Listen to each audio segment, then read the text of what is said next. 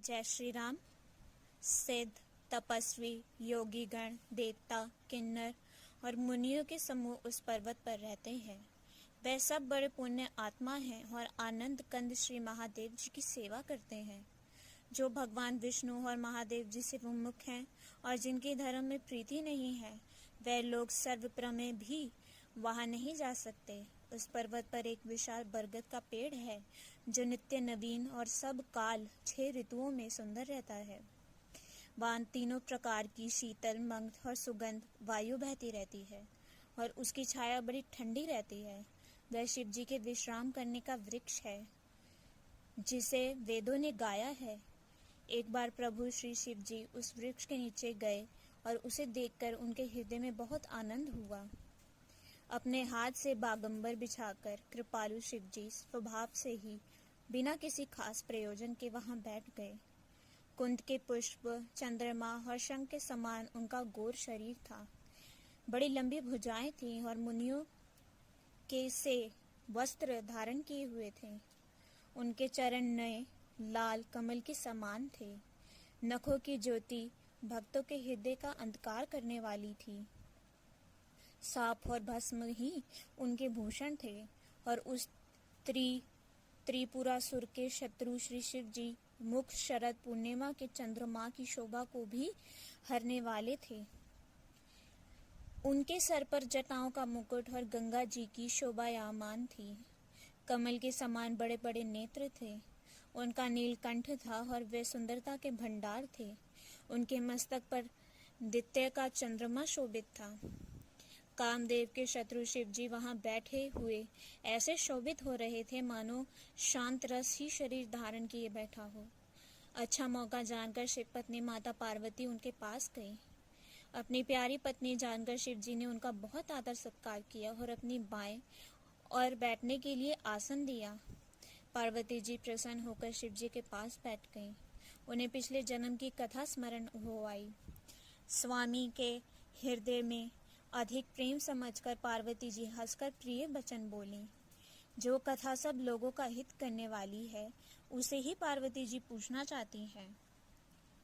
पार्वती जी ने कहा, हे संसार के स्वामी, हे मेरे नाथ, हे त्रिपुरासुर का वध करने वाले, आपकी महिमा तीनों लोक में विख्यात है। चर अचर, नाग, मनुष्य और देवता सभी आपके चरण कमलों की सेवा करते हैं। हे प्रभु, आप समर्थ, सर्वज्ञ और कल्याण स्वरूप हैं। सब कलाओं और गुणों के निधान हैं और जो योग, ज्ञान और वैराग्य के भंडार हैं। आपका नाम शरणागतों के लिए कल्प वृक्ष है। हे सुख की राशि, यदि आप मुझ पर प्रसन्न हैं और सचमुच मुझे अपनी दासी या अपनी सच्ची दासी जानते हैं तो हे प्रभु, आप श्री रघुनाथ जी की नाना प्रकार कथा कहकर मेरे अज्ञान दूर कीजिए। जिसका घर कल्प वृक्ष के नीचे हो वह भला दरिद्रता से उत्पन्न दुख को क्यों सहेगा। हे शशिभूषण, हे नाथ, हृदय में ऐसा विचार कर मेरी बुद्धि के भारी भ्रम को दूर कीजिए। हे प्रभु, जो परमात्व ब्रह्मा के ज्ञाता और वक्ता मुनि हैं वह श्री रामचंद्र जी को अनादि ब्रह्मा कहते हैं और शेष, सरस्वती, वेद और पुराण सभी श्री रघुनाथ जी का गुण गाते हैं। और हे कामदेव के शत्रु, आप भी दिन रात आदर पूर्वक राम राम जपा करते हैं। ये राम वही अयोध्या के राजा के पुत्र हैं या अजन्मा, निर्गुण और अगोचर कोई और राम है। यदि वह राजपुत्र हैं तो ब्रह्मा कैसे, और यदि ब्रह्मा है तो स्त्री के विरह में उनकी मति बावली कैसे हो गई। इधर उनके ऐसे चरित्र देखकर और उधर उनकी महिमा सुनकर मेरी बुद्धि अत्यंत चकरा रही है। यदि इच्छा रहित, व्यापक, समर्थ ब्रह्मा कोई और है तो हे नाथ, मुझे उसे समझाकर कहिए। मुझे नादान समझकर मन में क्रोध ना लाइए। जिस तरह मेरा मोह दूर हो वही कीजिए। मैंने पिछले जन्म में वन में श्री रामचंद्र जी की प्रभुता देखी थी, परंतु अत्यंत भयभीत होने के कारण मैंने वह बात आपको सुनाई नहीं। तो भी मेरे मलिन मन को बोध न हुआ। उसका फल भी मैंने अच्छी तरह पा लिया। अब भी मेरे मन में कुछ संदेह है, आप कृपा कीजिए।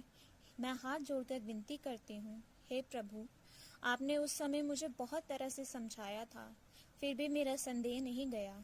हे नाथ, ये सोचकर मुझ पर क्रोध ना कीजिए। मुझे अब पहले जैसा मोह नहीं है। अब तो मेरे मन में राम कथा सुनने की रुचि है। हे शेषनाग को अलंकार रूप में धारण करने वाले देवताओं के नाथ, आप श्री रामचंद्र जी के गुणों की पवित्र कथा कहिए। मैं पृथ्वी पर सर टेक कर आपके चरणों की वंदना करती हूँ और हाथ जोड़कर विनती करती हूँ, आप वेदों के सिद्धांत को निचोड़कर श्री रघुनाथ जी का निर्मल यश वर्णन कीजिए। यद्यपि स्त्री होने के कारण मैं उसे सुनने की अधिकारिणी नहीं हूँ, तथापि मैं मन, वचन और कर्म से आपकी दासी हूँ। संत लोग जहाँ आर्थ अधिकार पाते हैं, वहाँ गुण तत्व भी उससे नहीं छिपते। हे देवताओं के स्वामी, मैं बहुत ही आर्त भाव दीनता से पूछती हूँ, आप मुझ पर दया करके श्री रघुनाथ जी की कथा कहिए। पहले तो वे कारण विचार कर बतलाइए जिससे निर्गुण ब्रह्मा सगुण रूप धारण करता है। फिर हे प्रभु, श्री रामचंद्र जी के अवतार जन्म की कथा कहिए तथा उनका उदार बाल चित्र कहिए। फिर जिस प्रकार उन्होंने श्री जानकी जी से विवाह किया वह कथा कहिए, और फिर ये बतलाइए कि उन्होंने जो राज्य छोड़ा सो किस दोष से। हे नाथ, फिर उन्होंने वन में रहकर जो अपार चरित्र किए और जिस तरह रावण को मारा वह कहिए।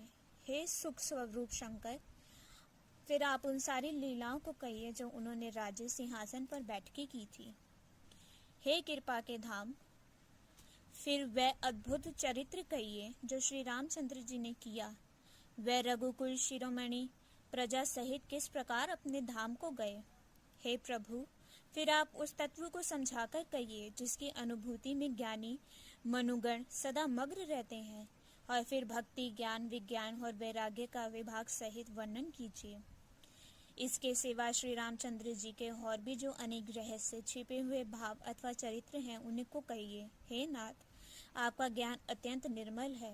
हे प्रभु, जो बात मैंने ना पूछी हो, हे दयालु, उसे भी आप छिपा न रखिए। वेदों ने आपको तीनों लोक का गुरु कहा है। दूसरे पामर जीव इस रहस्य को क्यों जाने? क्या जाने? पार्वती जी के सहज सुंदर और छल रहित प्रश्न सुनकर शिव जी के मन को बहुत अच्छे लगे। श्री महादेव जी के हृदय में सारे रामचित्र आ गए। प्रेम के मारे उनका शरीर पुलकित हो गया और नेत्रों में जल भर आया। श्री रघुनाथ जी का रूप उनके हृदय में आ गया, जिससे स्वयं परमानंद स्वरूप शिव जी भी अपार सुख पाया। शिव जी 2 घड़े तक ध्यान के रस में डूबे रहे। फिर उन्होंने मन को बाहर खींचा और तब वे प्रसन्न होकर श्री रघुनाथ जी का चरित्र वर्णन करने लगे।